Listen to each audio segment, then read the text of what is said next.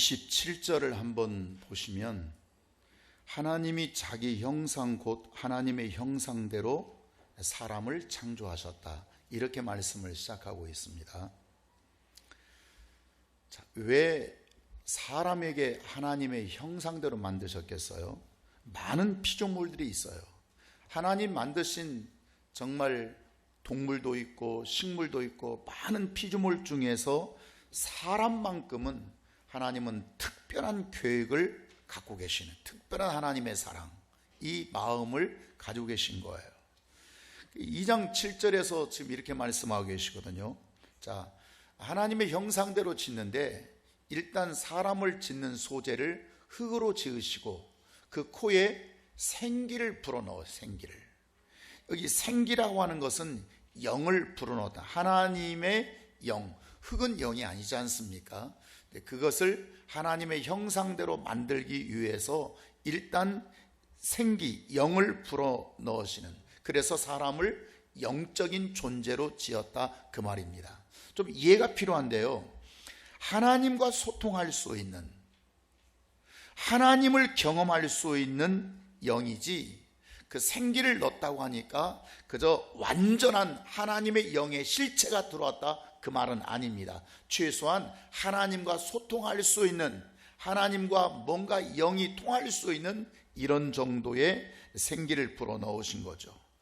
육체에만 하나님의 형상으로 만들었지 영혼은 아직 하나님의 형상이 아니란 뜻입니다.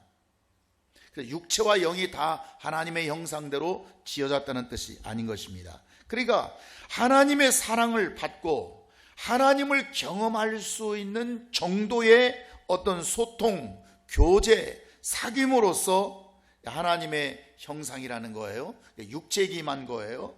예수 그리스도가 오셔서 비로소 하나님의 사랑을 경험할 수 있고, 그것을 믿고 고백되어질 때 온전한 하나님의 형상으로 되어지는 것입니다. 이해하시겠어요? 지금은 아직 완전한 하나님의 형상이 아니에요. 다시 말하면 되어진 하나님의 형상은 오직 육체뿐이에요. 영혼은 되어질, 아직은 아니에요. 앞으로 장차 되어질 하나님의 형상은 영혼의 하나님의 형상이 되는 것이에요.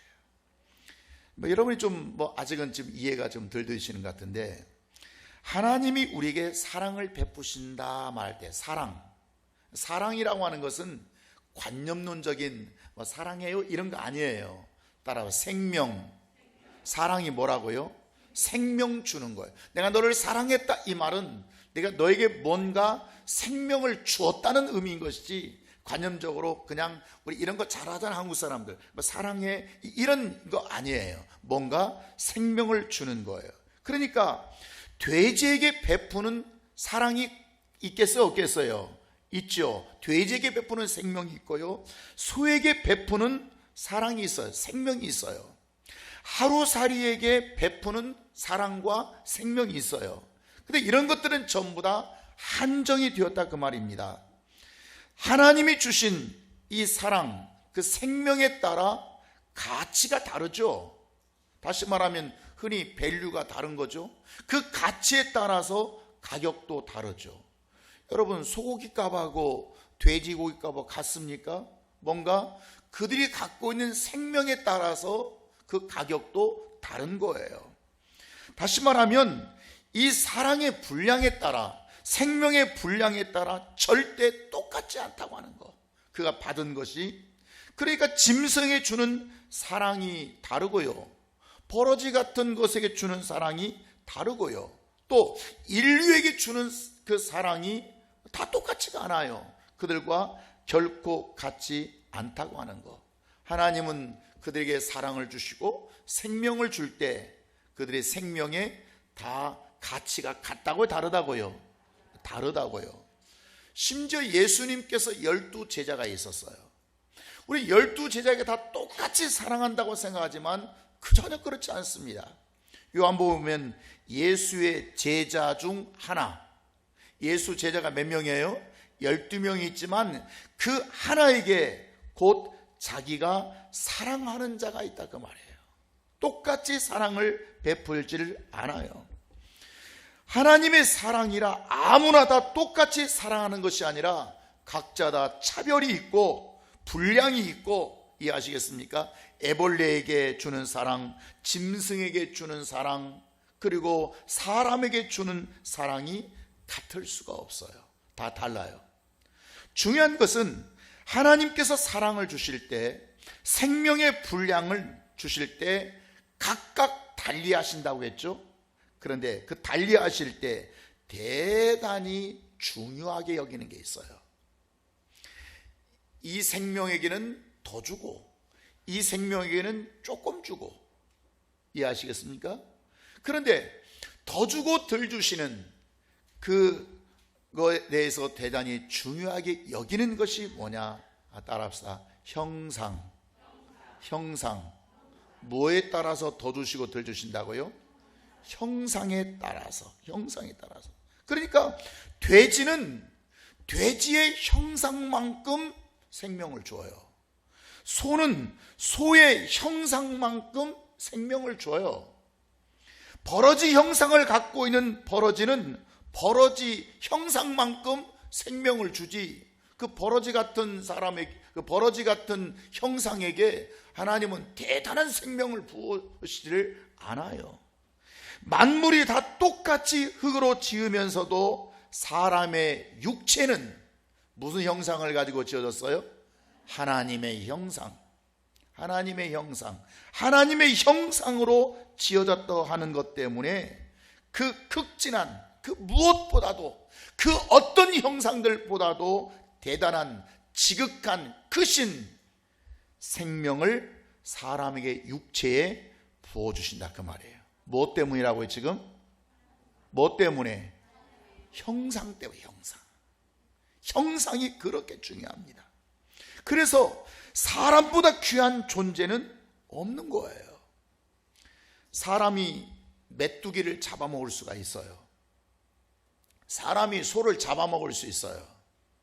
사람이 돼지를 잡아먹을, 그것도 생명이잖아요. 그 짐승이 아니고 그것도 뭐라고요?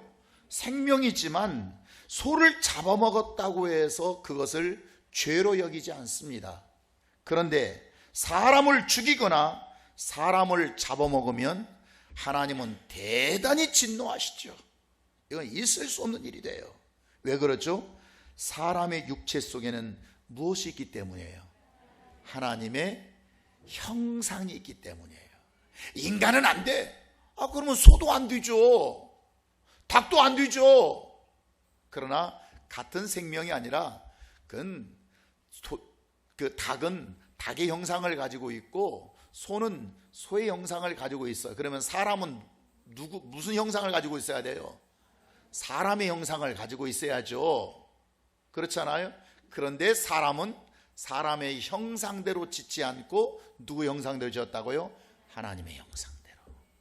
이게 차이점이에요.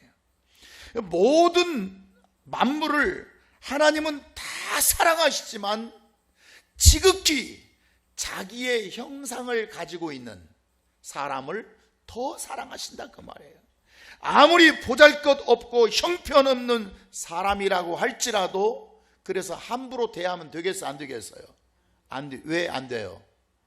사람이니까 안 되는 거예요? 하나님의 형상을 가졌기 때문에 안 되는 거예요. 이해하시겠죠? 이걸 구분하셔야 돼요. 사람이기 때문에 안 되는 게 아니에요. 그러면 소도 안 돼야죠.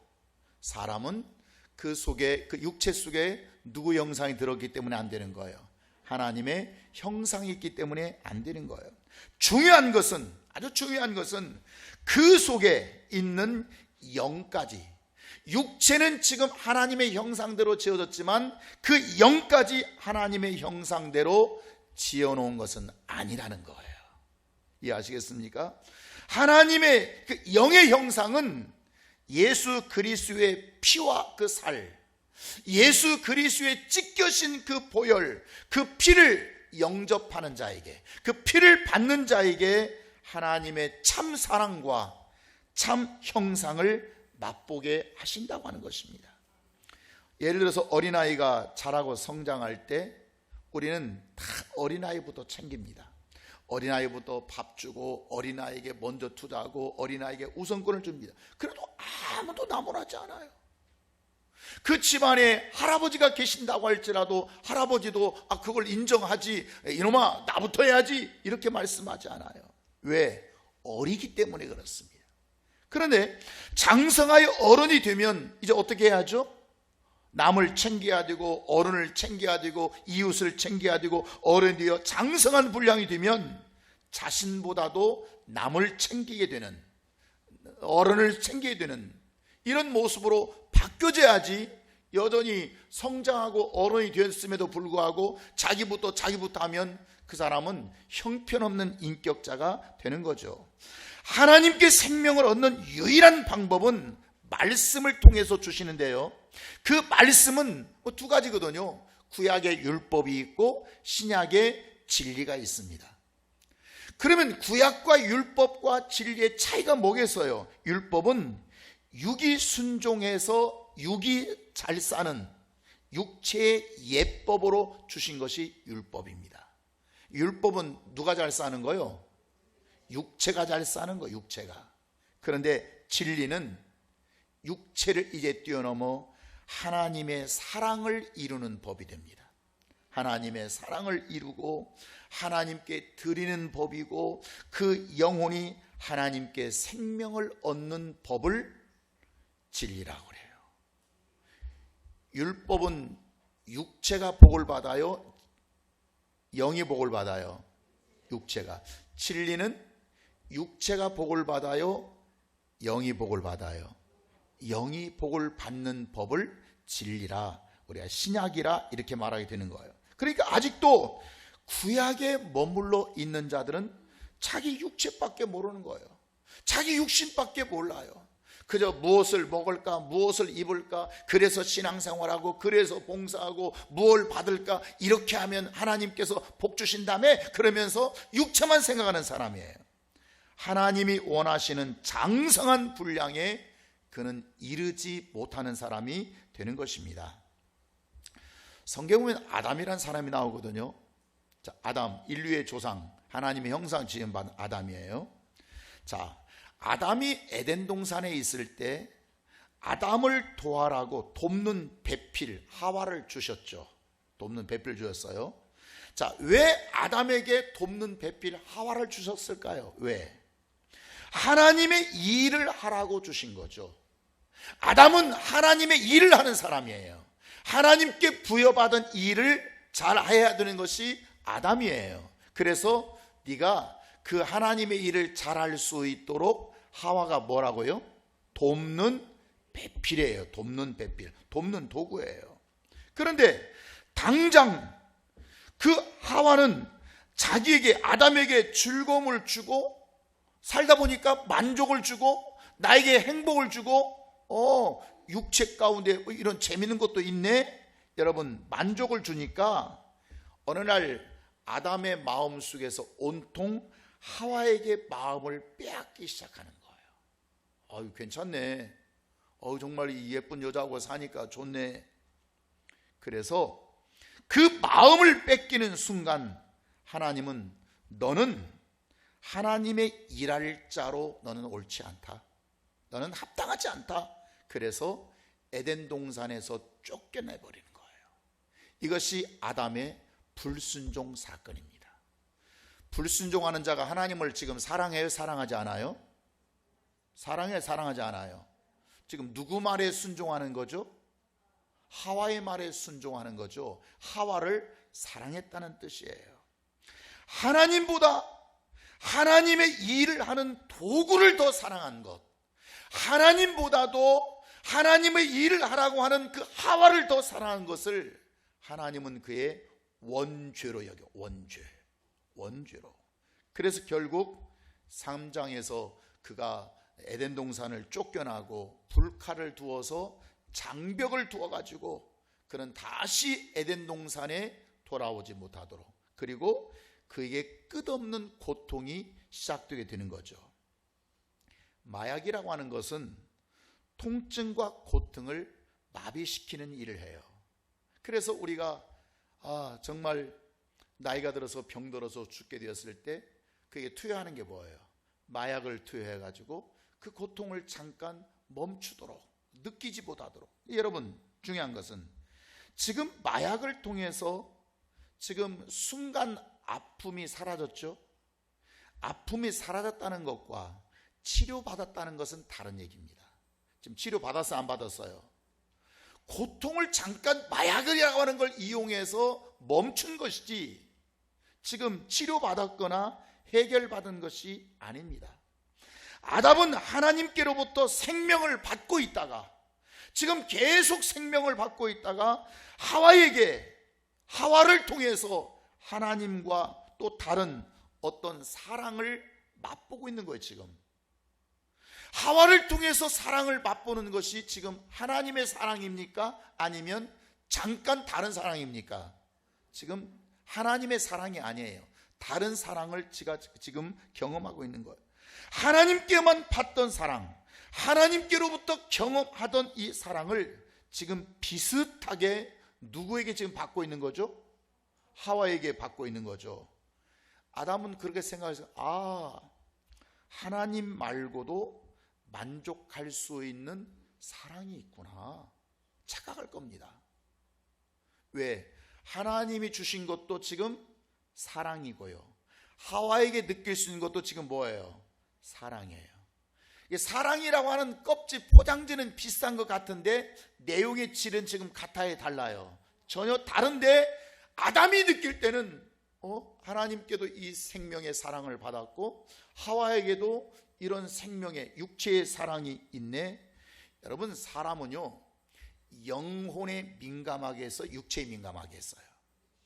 인간은 근본적으로 영혼에 민감하기보다는 육체에 민감합니다. 그러니까 아담이 느낄 때 분명히 하나님께로부터 뭔가 사랑을 받고는 있지만 그의 육체는 무엇에 더 민감하다고? 누구 사랑이 민감해요? 하와의 사랑에 훨씬 더 민감하죠. 그 예쁜 하와가 그 애교를 떨기 시작하고 육체에 부딪힐 때 하와가 느끼는 만족감은 굉장히 좋았을 것입니다. 그러니까 그 사랑을 느끼고 경험하면서 영혼에 관한 하나님의 사랑은 지금 뭔가 잠깐 마약처럼 잊어져 가버리게 되는 거예요. 물질을 통해서도 즐거움을 얻을 수가 있구나. 하와를 통해서 즐거움을 얻을 수 있듯이 이 세상과 육체를 통해서도 어떤 희노애락을 가질 수 있다고 아담은 생각하게 되는 거예요. 자, 그것으로 잠깐 행복을 느끼면서 영혼의 고통은 마약으로 잠깐 해결할 수 있을지 모르지만 하나님이 주시고자 하는 진짜 행복은 아니었던 것입니다. 하나님이 주신 아담이 에덴 동산에서 경험할 수 있는, 그 얻을 수 있는, 그 누릴 수 있는 생명의 행복은 100% 육체에 한정된 것입니다. 육체의 만족, 육체의 즐거움. 그러나 어느 날 육체의 만족을 꼭 하나님이 아니더라도 누구에게 지금 얻을 수 있었죠? 지금 하와로부터 육체의 만족을 얻을 수 있었다는 거예요. 아담이 에덴 동산에서 하나님이 그에게 생명 주신 것은 육체 가운데 부어주신 것이지 지금 영혼에 주신 게 아니거든요. 그러니까 육체의 만족을 얻는데 하나님으로부터 에덴 동산에서 농사도 잘 되고 하루하루 참 근심 걱정 없이 사는 그 행복감이나 하와로부터 육체적으로 얻는 그 사랑의 그 느낌, 이 행복감이 별로 아담은 지금 구분을 못하고 있는 거예요.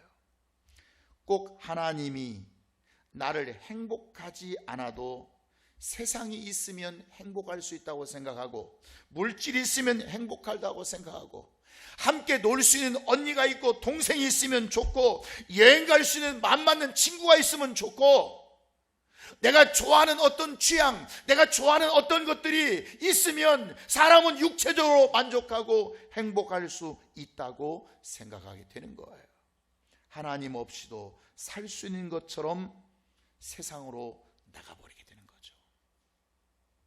자기 영혼을 사랑하지 않고 자기 육체만 사랑하면서 하나님을 믿는 자라면 그는 언제든지 하나님을 떠나서 세상으로 갈 수 있다고 하는 거, 이것을 여러분 조심해야 됩니다.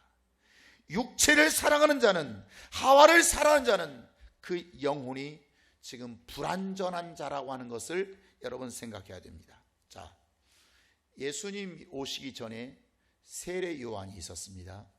세례 요한이 이스라엘 백성들에게 보여주신 것이 뭐냐면, 자, 광야에서 외치는 자의 소리가 있어. 4절에 보면 이 요한은 무엇을 입었어요? 낙타 털옷을 입었어요. 무엇을 띄었어요? 가죽띠를 띄었어요. 무엇을 먹었어요? 음식은 메뚜기와 석청을 먹었어요. 자, 보세요. 까칠한 낙타 털옷을 흔히 구할 수 있는데 누가 입으려고 하겠어요? 이게 민급 옷이 아니에요. 또 그러니까 낙타 털옷을 입겠다고 누가 서로 싸울 것도 없고 지천에 깔려 있는 것이 메뚜기와 석청이에요. 뭐 이것은 그냥 누가 먹겠다고 가져갈 자도 없고, 세례 요한은 육체의 욕심, 육체의 즐거움, 소망을 완전히 버린 모습으로 이스라엘 백성 가운데 보인 거예요. 그러면서 하나님을 섬긴다고, 하나님을 예배한다고, 육체 가운데 뭘 욕심낼 게 하나도 없어요. 사람들은 그래서 그렇게 말합니다. 아니, 그러면 뭐하러 사냐? 뭐하러 사냐? 예수 믿는 사람들은 도대체 무슨 재미로 사냐? 아니, 술도 안 먹지, 담배도 안 피우지. 그들이 볼 때는 기쁠 것도 없고 즐거울 것도 없고 심심할 것밖에 없는 거예요. 아니, 그래 뭐 쉬는 날에 빨간 글씨가 뭐 토요일 날, 일요일 날인데 일요일 날은 교회 간다고, 그러니까 토요일 날부터 못 가고, 뭐 친구도 못 만나고 가족도 못 만나고 주일 날은 예배 드려야 된다. 아니, 그러면 무슨 재미로 사냐? 뭐 즐길 게 있어야지. 아니, 뭐 기분 좋으면 술도 한 잔씩 해가면서 거기 그냥 정말 여러분 그 숯불 냄새 풍겨하면서 그 한 잔 착 하면서 아딸딸할 때 여러분 그 기분, 아니 그런 기분도 없으면 도대체 예수 믿는 사람들은 뭔 재미로 사냐? 뭔 재미로 사냐? 이게 많은 사람들이 교회에 대해서 거부하는 생각들이에요. 그래서 육체를 위해서 사는 사람들은 그 사람이 목사이든 그 사람이 교회 중직자이든 교회를 오래 다녔든 교회에서 뭘 한다고 하는 사람조차들도 세상에서 즐길 거리를 찾아요.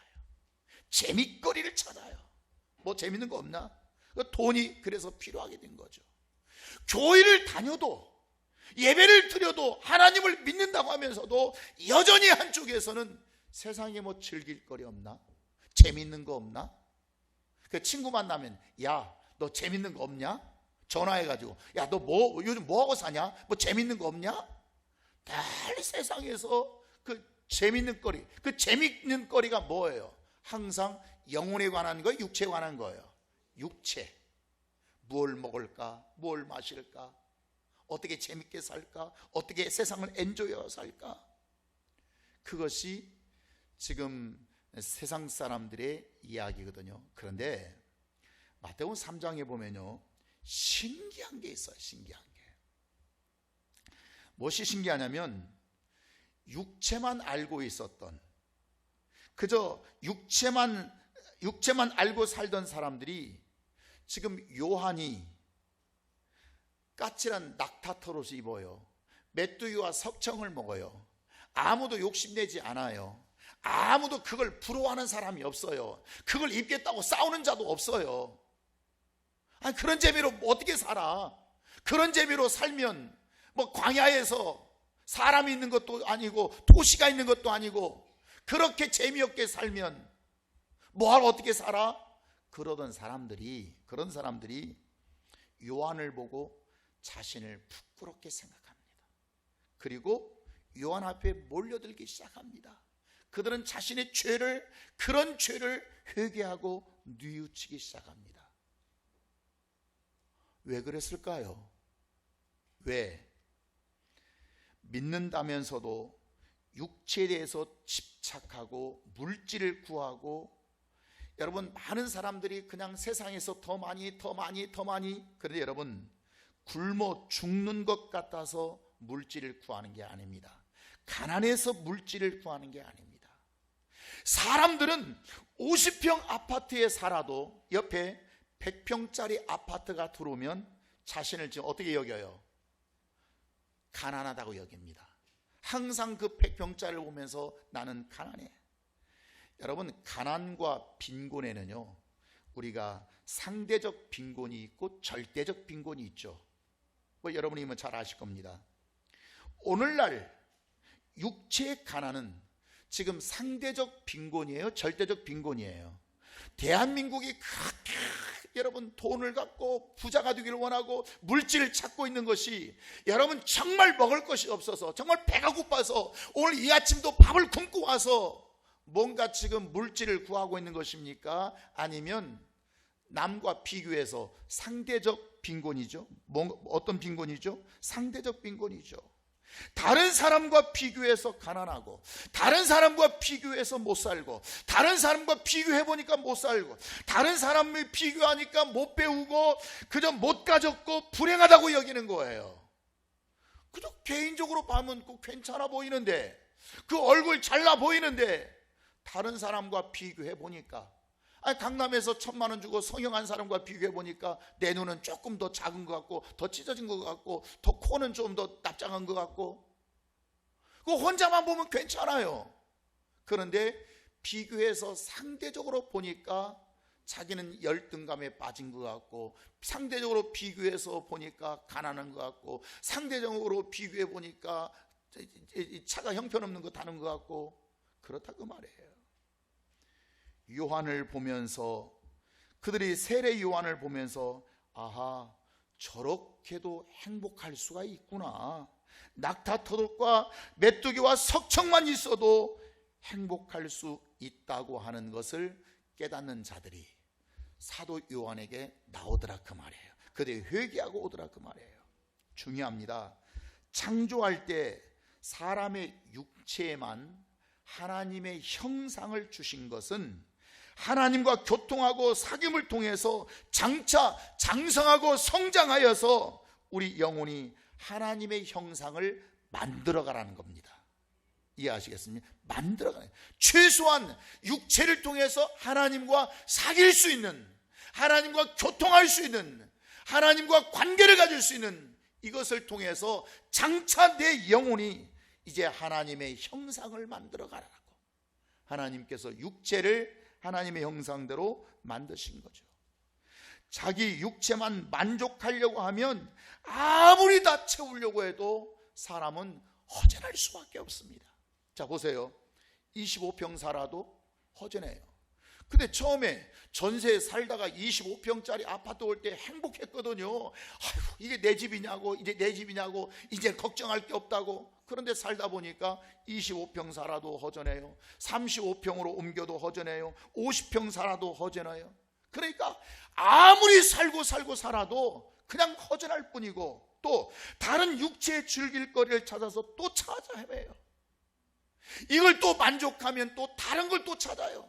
다른 육체 거리를 찾아요. 다른 육체를 찾아요. 도대체 육체의 만족이라고 하는 것은 한도 끝도 없어요. 결국 그 육체의 만족이 채워지지 못할 때 우리가 찾아오는 게 뭐예요? 우울증에 걸립니다. 우울증이 딱 찾아와가지고, 옛날 한국이 가난하던 시절에 저는 어렸을 때 우울증이라는 병을 들어보지도 못했어요. 뭐 그때도 있기는 있었겠지만, 뭐 우울증이란 말이 어느 날 보니까 우울증이란 병이 있더라고요. 요즘 웬만하면 다 우울증 환자입니다. 여러분, 통계로 보면 우울증 환자가요 지금 100만 명이 넘었습니다. 100만 명이. 그리고 청소년 우울증과 여성들 우울증이 굉장히 비율이 아주 높습니다. 이 청소년은 미래 세대고요, 여성이라고 하는 것은 가정의 근간을 이루는, 뿌리를 이루는 게 여성이에요. 그러니까 근본적으로 가정이 흔들려가 버리고 있어요. 전 국민이 우울증으로 마음의 병을 앓고 있는 사람이 자그마치 몇 프로인 줄 아십니까? 60%입니다. 60%. 절반 이상이 마음에 우울증이 있는 거예요. 그래서 국가는 전 국민 마음 투자 지원 사업, 이게 제목이거든요. 그러니까 우울증이라면 기분 나쁘잖아요. 우울증이라면 그냥 아유 내 병자 같으니까 그 이름을 바꾼 전 국민 마음 투자 지원 사업. 참 재밌게 만들었어요. 이렇게 해서 539억 원이 지금 연 예산이 책정돼서 지금 집행하고 있어요. 우울증 치료를 위해서. 심각한 거예요. 왜?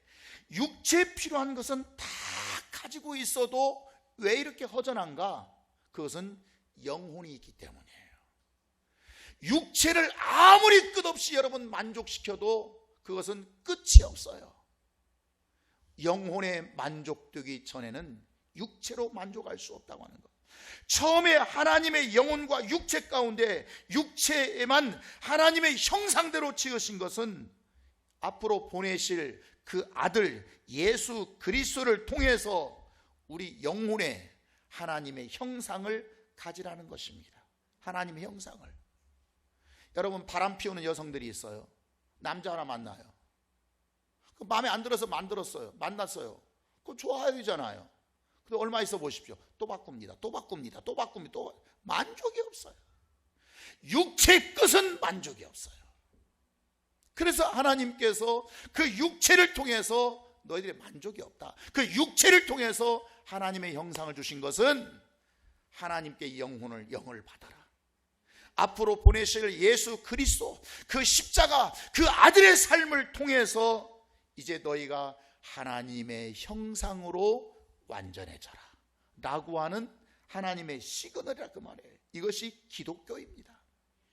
오늘날 교인들은 영혼이 사랑받으려고 합니까? 아닙니다. 육체만 사랑받으려고, 육체만. 내 영혼의 육체도 당연히 사랑받고 육체도 하나님의 생명을 얻고 육체도 잘 돼야 되지만 영혼의, 육체는 영혼의 종이 되어서 하나님께서 내 육체에 그렇게 은혜를 부어주시고 생명을 부어주신 것은 영혼이 잘 되라고 복을 주셨구나 생각을 하고 영혼으로 가야 되는데 그저 육체만 잘 되게 원해요. 육체만. 대놓고 육체의 복만 얘기합니다. 목사님의 설교도 대놓고 육체가 잘 되고 육체가 복받고 어떻게 하면 잘 살고 어떻게 하면 인생을 웰빙하고 살까, 이것이 설교의 전부 다예요. 육체에 한정되어 버렸다고 하는 거. 또 육체가 잘 되었을 때 보십시오. 하나님의 영광을 드러냅니까? 하나님이 이렇게 내 육체에 복을 주셨다고, 하나님께서 내 육체에 복을 주신 것은 하나님께 영광 돌리라고 주셨다고 이렇게 드러내지 않고 자기 육체를 과시하죠. 내 똑똑함, 내 잘남, 내 유능함, 능력을 과시하고 육체를 자랑하고 은근슬쩍 사람을 지배하려고 하죠. 교인들 가운데서도 자기 지배하려고 하죠. 왕이 되려고 하죠. 여러분, 불신자에게 전도를 해도 적어도 믿음과 영혼의 말 한마디를 못해. 영혼의 말, 영이 뭔지를 알아야, 영혼의 복이 뭔지를 알아야, 영혼의 하나님의 형상이 뭔지를 알아야, 경험해봤어야 그것을 주려고 할 텐데 그저 전도를 해도 그런 말 한마디 못해. 육체가 잘 되고 육체가 복받고 육체를 목표로 해서 전도하려고 하는. 여러분, 우리 영혼이 하나님의 형상이 없는 교회가 된다면 그 교회는 진정한 교회가 될 수가 없습니다. 육체만을 위한 교회가 된다면 그것은 교회가 되지 않습니다. 교회는, 기독교란 우리 영혼의 문제를 다룰 수 있고 그 영혼이 육체와 비교했을 때 얼마나 기가 막힌 역사가 있는가, 얼마나 행복한가, 얼마나 소중한가. 내 영혼 위에 하나님의 형상을 만들어 간다고 하는 것은 아들이 되는 것입니다. 상속자가 되는 것입니다. 대단한 것. 이걸 발견하지 못한다면 그 교회는 육체교회밖에 되지 못하고 오늘날 교회들이 그런 교회로 수두룩합니다. 그러면서도 자기는 굉장하다나? 굉장해. 내 믿음은 굉장해. 뭐가 굉장하냐고 물어보면 그저 육체 비전, 육체 꿈, 그저 물질, 내가 거부되고, 내가 기도했더니 거부되고, 내가 막 큰 빌딩 하나 사고, 내가 사업에 성공하고, 내가 잘 되고, 온통 육체로만 가득 채워져. 육체의 쾌락, 육체의 목표, 꿈, 성공으로 가득 채워져 삽니다. 그러면서 자기는 대단하다, 지금 그런 게 대단한 겁니까? 도무지 하나님을 그 영혼 속에서 볼 수가 없습니다. 그러면서 굉장히 나는 크게 쓰임받고 있다고 생각을 하는 거예요. 이런 착각들이 오늘날 교회에 얼마나 종횡무진합니까? 언젠가 반드시 우리를 심판하실 그리스도께서 재림하셔서 우리를 심판하시는 날이 온다고 하는 것. 중요한 것은 우리의 육체에 관한 일은 심판하지 않습니다. 주님이 재림하셔서 뭔가 심판하실 거 아닙니까? 심판하실 때 우리의 육체에 관한 일을 심판하지 않고 영혼을 심판하십니다. 그러니까 네가 얼마나 부자였느냐, 너 있을 때 심판하겠어 안 하겠어요? 네가 얼마나 잘 살았느냐, 네가 얼마나 돈을 많이 벌었느냐, 네가 얼마나 성공했느냐, 네가 얼마나 재밌게 살았느냐, 네가 얼마나 해외여행을 많이 갔다 왔느냐, 네가 얼마나 잘 살았느냐, 네가 얼마나 부자였느냐, 큰 집에 살았느냐, 몸매가 좋았느냐, 회사가 좋은 회사 다녔느냐, 이런 것들을 심판의 대상으로 삼지 않는다고 하는 거. 이런 거 전혀.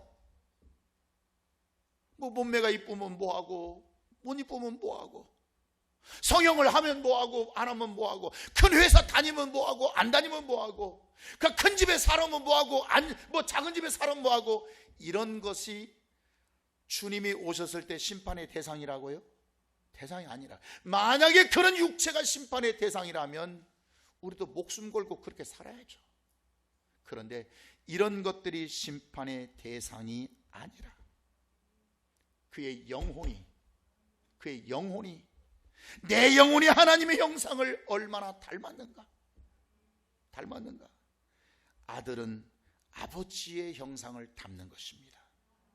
아멘입니까? 제가 그냥 재밌게 얘기를 붙이면, 천국에 딱 들어가는데 입구에 이제 천사들이 있을 거 아닙니까? 우리의 뭘 보느냐? 형상을 볼 겁니다. 형상. 딱 보고 너 저리 가. 아니, 나 한국에, 나 옛날에 내 땅에 있을 때 내가 교회도 오래 다녔고, 내가 30년 40년 다녔고, 우리가 내 3대째 우리 기독교 집안이고, 내가 이런 일도 했고 저런 일도 했고, 내가 교회도 다 했는데, 저리 가쇼. 뭐 보고 판단하시겠어요? 뭘 보고? 따라와. 형상.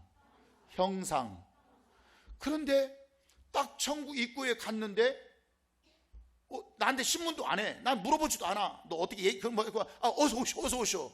아니, 저 사람은 저렇게 했다고 해도 보내는데 왜 나는 들으라고 하쇼? 그럼 뭐라고 얘기할 것 같아요? 입구에서 당신은 보니까 형상이 있어. 누구 형상이? 지금 하나님의 형상, 아들의 형상이 있는 거예요. 그가 아들의 모습처럼 사랑했고, 아들의 모습처럼 섬겼고, 그 아들의 모습처럼 희생했고, 그 아들은 그 병든 자를 보면 긍휼과 자비하심을 가지고 고쳐주셨고, 이해하시겠어요? 딱 네 모습 보니까 너 아들 닮고 살았구나. 아들의 형상을 보는 거예요. 형상이 이와 같이 중요합니다. 네 모습 속에서 아들의 형상이 보이느냐 안 보이느냐. 너 교회를 그렇게 오래 다녔다면서, 너 그렇게 교회에서 뭣도 하고 회장도 하고 뭣도 하고 권사도 하고 대단했다면서, 그런데 네 모습 속에서 아들의 형상이 안 보인다. 너 저리 가라. 따라 하나님의 형상, 아들의 형상. 아멘입니까? 뭘 보고 판단하신다고요? 기준이 뭐라고요? 형상입니다. 내 모습 속에서 그 아들의 형상이 나오는가? 그래서 하나님의 형상을 가진 자에게 28절에서 뭐라 말씀하십니까? 복을 주시기도 하고, 생육하고 번성하게도 하시기도 하고, 땅을 정복하게도 하시기도 하고, 모든 피조물을 다스리는 권세를 주신다, 그 말이에요. 아멘입니까? 뭘 가진 자에게? 형상. 아버지의 형상, 아들의 형상을 가진 자에게 그 역사를 이루신다고 하는 것을 잊지 않기를 주의 이름으로 축원합니다.